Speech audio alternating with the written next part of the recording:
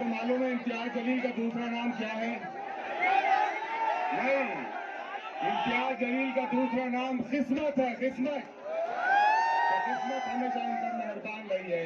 मैं बड़ी अदब व एहतराम के साथ इम्तियाज जलील साहब को दावत देना चाहता हूँ। अस्सलाम वालेकुम रहमतुल्लाहि व बरकातहू। हबीब मिल्लत जनाब अकबरुद्दीन अवैसी साहब, मैं बाजू आकर बैठे तो मैंने अकबर साहब को बताया कि अकबर साहब, ये इतने सारे आपके चाहने वाले हैं, लेकिन इनसे ज्यादा चाहने वाले ये जो स्टेज के ऊपर खड़े हुए हैं ये लोग हैं। अगर महाराष्ट्र के अंदर आंधी आ जाए, तूफान आ जाए, कुछ भी आ जाए, खबर में तो मेरा अकबर ही रहने वाला है। बहुत दिनों से इंतजार था तुम्हें कि कब आएंगे, ये लोग आ गए। अकबर अवैसी साहब, ये चिराग को देखकर मचल रही है हवा। मेरे शहर में कुछ दिनों से बहुत तेज चल रही है हवा। बना रहे हैं किस्से जो मेरी नाकामियों के, उन्हें क्या खबर है कि रुख बदल रही है हवा। अल्हम्दुलिल्लाह, मैं सबसे पहले तो अल्लाह रब्बुल इज्जत का तहे दिल से शुक्रिया अदा करता हूँ। मैं जितना अल्लाह का शुक्र अदा करूँ वो कम है। ये मोहब्बतें, ये दीवानगी, ये जुनून पिछले 10 साल से आपने इसमें कमी नहीं, बल्कि हर बार ये बढ़ती ही जा रही है। आपने मुझे मौका दिया। बैरिस्टर असदुद्दीन अवैसी साहब, अकबरुद्दीन अवैसी साहब ने मुझ पर एतमाद जताया। 2014 में एमएलए बनाकर आप लोगों ने भेजा। 2019 के अंदर जब सारी दुनिया कहती थी कि एमपी बनना आसान नहीं है, लेकिन मेरे ये गयूर मुसलमानों ने, दलितों ने, पिछड़ों ने एक आवाज लगाई और अल्हम्दुलिल्लाह आपने पार्लियामेंट के अंदर मुझे भेजा। 2024 में जब हमें नाकामियों का सामना करना पड़ा तो यकीनन आप भी मायूस थे, मुझे भी अफसोस था, लेकिन उसके बावजूद भी मैं ये लेकर आगे बढ़ा कि आज जो भी होता है, अल्लाह जो भी करता है वो बेहतरी के लिए करता है। जो भी फैसला अल्लाह का होता है उसमें उसकी रजामंदी होती है। शायद हो सकता है कि अल्लाह ने वहां नाकामयाब किया था तो यहाँ कामयाब करने वाला है। अल्लाह ने ये सोचा होगा कि बैरिस्टर असदुद्दीन अवैसी साहब पार्लियामेंट में अकेले संभाल सकते हैं। असद साहब का वो बयान आज भी मेरे मोबाइल में है, जब असद साहब ने कहा था कि मुझे अफसोस है कि मेरा बाजू इम्तियाज जलील मेरे साथ में नहीं है। दोस्तों, मैं आज पूरे यकीन, पूरी जिम्मेदारी, एक सच्चाई के साथ मैं आपको ये बात बताना चाहता हूँ। लोकसभा का इलेक्शन हारने के बाद मैंने असद साहब से कहा था कि असद साहब ने 10 साल ये आवाम ने मुझे अपने दिल में बसा कर रखी है, अपने कंधे पर बिठाकर मुझे 10 साल रखी है, अब किसी और को मौका देंगे। लेकिन असद साहब ने मुझसे कहा था कि इम्तियाज, आप महाराष्ट्र के अंदर जो हालात है, महाराष्ट्र के अंदर जो फिरका परस्ती है, कोई आवाज उठाने के लिए तैयार नहीं है। उन्होंने अपना हुक्म दिया कि किसी भी हालत के अंदर तुम्हें महाराष्ट्र की विधानसभा के अंदर जाकर इन लोगों की आवाज बनना है और लड़ना है हुकूमत से आंख में आंख डालकर। मेरे कायद का हुक्म सर आंखों पर, लेकिन आप वो साजिशों को भी समझिए कि जो आज एक उम्मीदवार को मजलिस को खत्म करने के लिए कैसे कैसे हथकंडे अपनाए जा रहे हैं, क्या साजिशें खेली जा रही है। नासिर सिद्दीकी साहब जब उनके खिलाफ 2 उम्मीदवार खड़े हुए, राजनीतिक तौर के ऊपर कट्टर दुश्मन, वो एक हो गए, एक प्लेटफॉर्म के ऊपर आ गए और उन्होंने कहा कि अगर हम दोनों लड़ते रहे तो ये जीत जाएगा, मजलिस जीत जाएगी। वो जो इतने इतने हिस्सों में बटे हुए हैं, वो एक हो रहे हैं, जिसका एक अल्लाह, जिसका एक रसूल। हम कैसे बट रहे हैं? हम क्यों बट रहे हैं? कौन बांट रहा है हमें? 28 उम्मीदवार पूरे महाराष्ट्र के अंदर सबसे ज्यादा मुसलमान उम्मीदवार अगर खड़े किए गए तो वो औरंगाबाद की पूर्व सीट से, जहां मजलिस-ए-इत्तेहादुल मुस्लिमीन ने मुझे खड़ा किया है, 28 खड़े नहीं हुए, खड़ा किया गया है।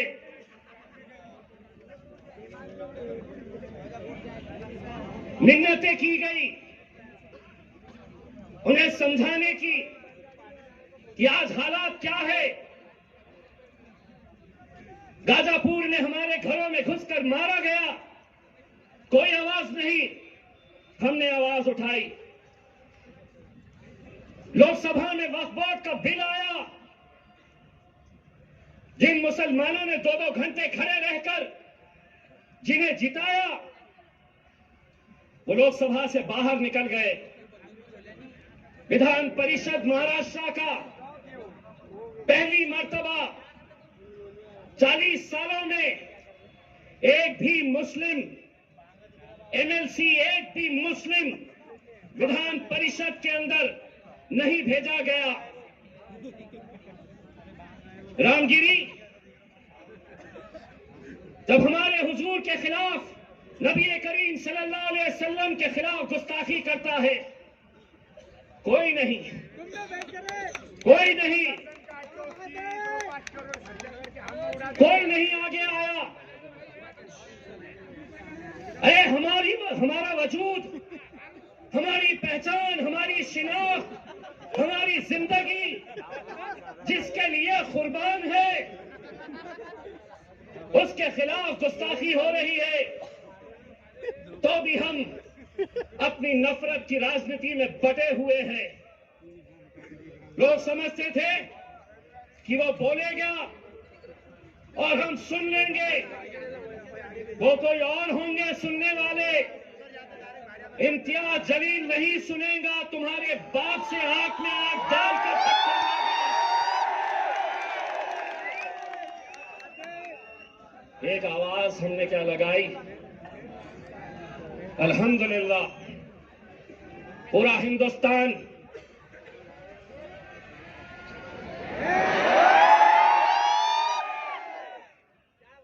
पूरा महाराष्ट्र, बोले इतने कहां से आए, इतने एक पैगाम देने के लिए हम निकले थे और एक बार फिर से कह रहे हैं, एक बार फिर से कह रहे हैं, आप हमें गाली दो, हमारे खिलाफ बोलो, हम सुन लेंगे, लेकिन हुजूर के खिलाफ अगर कोई गुस्ताखी करेगा, ईंट का जवाब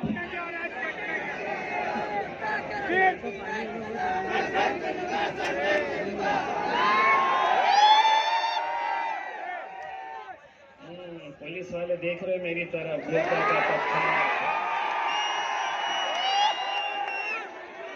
पत्थर बोलता क्या, पत्थर बोला कि केस होता मेरे ऊपर। मैंने भी क्या बोला, ईंट का जवाब। जिसको समझना था वो समझ गया।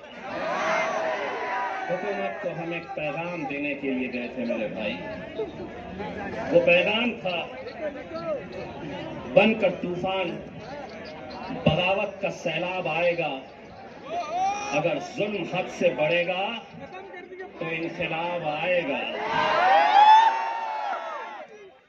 मेरे भाई, इस इलेक्शन के अंदर मुझे तो ऐसा लग रहा है कि जितने मुसलमान उम्मीदवार खड़े हुए हैं, उनकी लड़ाई भाजपा से नहीं है, उनकी लड़ाई शिवसेना से नहीं है। जहां 4 लोग जमा हो गए, वहां बस इम्तियाज जलील, सिर्फ इसी का चर्चा। लेकिन हमारा मुकाबला भारतीय जनता पार्टी से है। कितने पैसे बांटेगा अतुल सावे, कितने बांटेगा? बांट के। मुझे दोस्तों, आपको लग रहा होगा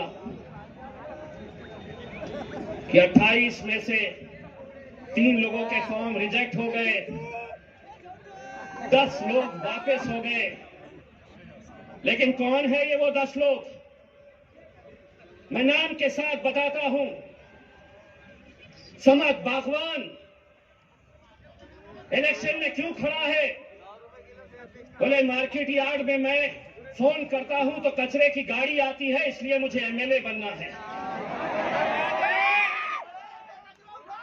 मैं ऐसे लोगों को आपके सामने लाना इसलिए चाहता हूं कि कल 3 बजे तक जब वापस लेने का फॉर्म वापस लेने का वक्त था, मेरे लोग जाकर गिड़गिड़ा रहे थे। जानते हैं उस शख्स ने क्या जवाब दिया? अगर 5 लाख रुपए देंगे तो बैठता हूं, नहीं तो जल्दी बोलो, भाजपा वाले मुझे फोन कर रहे हैं इससे ज्यादा देने के लिए। ये दौर में हम आ गए हैं कि जहां कौम के 10-15 लोग पूरे लाखों लोगों की दलाली करने के लिए निकले हुए हैं। हर इलेक्शन के अंदर इलेक्शन को धंधा बना दिया गया है। बार बार 18 उम्मीदवार। मैं तो सलाम करता हूं एसडीपीआई के मेरे भाई करीम को, जिसने खुद से कहा कि मैं बैठूंगा आपके लिए, कौम के लिए। कहां आप बताइए? मैं सलाम करता हूं।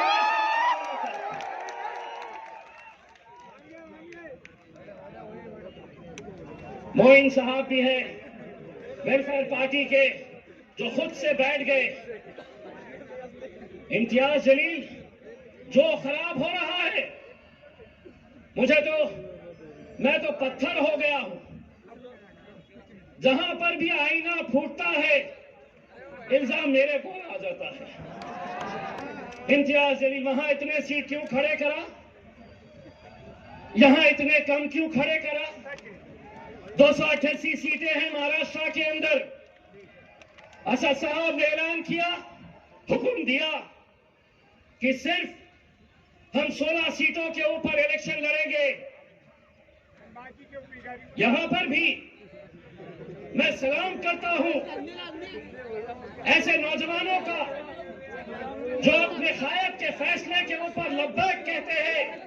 और ऐसा ही सलाम मैं करता हूं मेरे छोटे भाई समीर साजिद का, जिसने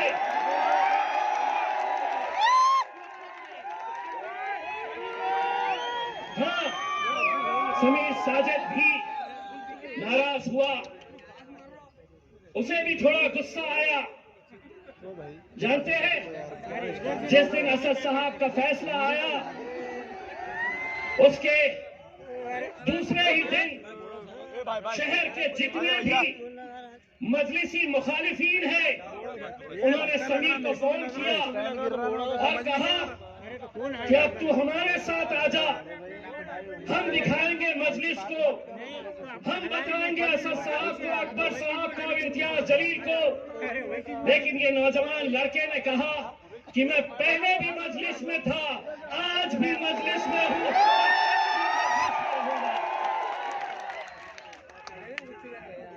समीर भाई, तुम्हारी कुर्बानी मजलिस भूलेगी नहीं। इलेक्शन जिस दिन खत्म होगा, इंशाल्लाह दूसरे ही दिन तुम्हें महाराष्ट्र की एक बड़ी जिम्मेदारी दी जाएगी इंशाल्लाह।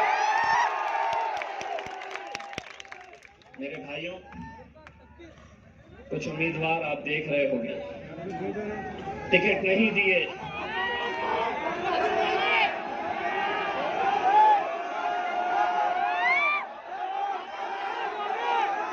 टिकट तो हमने इसे भी नहीं दिए, टिकट तो हमने कई लोगों को नहीं दिए, लेकिन क्या इसका मतलब ये है कि तुम इतने बड़े हो गए हो कि तुम अब मेरे गायब बैरिस्टर असदुद्दीन अवैसी और अकबरुद्दीन अवैसी के खिलाफ तुम महफिलें सजा रहे हो?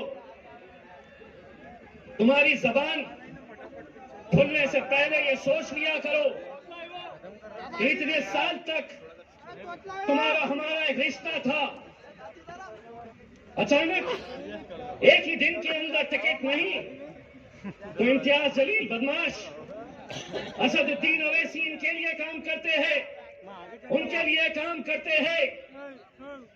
इंशाअल्लाह औरंगाबाद की ये आवाम बताएगी, जो मजलिस के खिलाफ जाएगा अपनी जमानत भी बचा कर लेकर आ गया तो बहुत बड़ी बात समझ लेगा। ये वो शहर है जिसने हिंदुस्तान को इत्तेहाद क्या होता है ये बताया। हिंदुस्तान के बाहर भी लोग औरंगाबाद की एक पहचान इत्तेहाद के नाम से जानते हैं मेरे भाइयों। और आज उसी इत्तेहाद को खत्म करने की कोशिश की जा रही है। पैसा भारतीय जनता पार्टी दे रही है, पैसा नासिर के खिलाफ एकनाथ शिंदे की तरफ से आ रहा है कि इनको खरीदो, इनके वोटों को तकसीम करो, इनको बांटो। ये लोगों ने शायद मेरा डायलॉग सुना नहीं है। देवेंद्र फडणवीस, एकनाथ शिंदे, नरेंद्र मोदी बाजार में कुत्ते और बिल्लियों के बच्चे बिकते हैं, शेर के बच्चे ये बाजारों में खरीदे नहीं जा सकते हैं। आज मीडिया वाले ने आकर कहा, आपको पता है औरंगाबाद की ये सीट भारतीय जनता पार्टी के लिए बहुत मायने रखती है और आपको हराने के लिए बड़े बड़े नेता आने वाले हैं। मैंने कहा कौन आने वाला है? तो बोले योगी आने वाला है।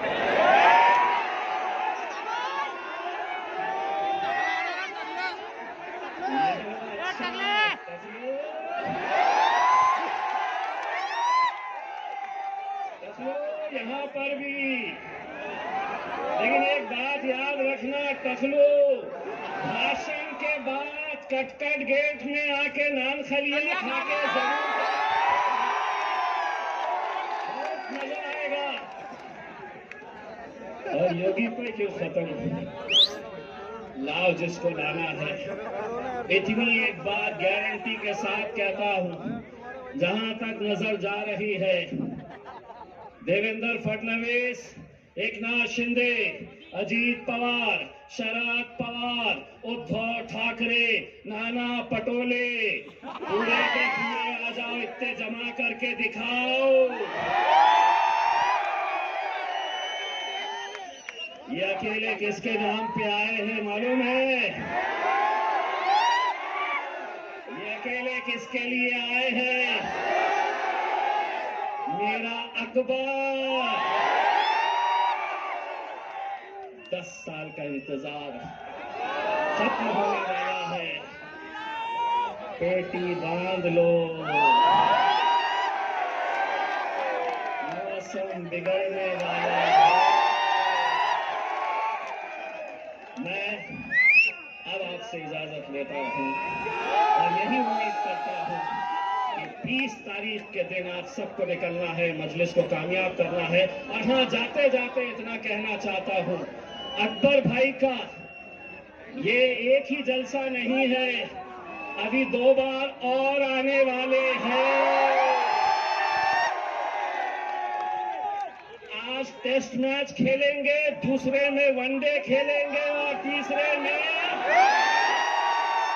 T20। बहुत बहुत शुक्रिया वासुदेव।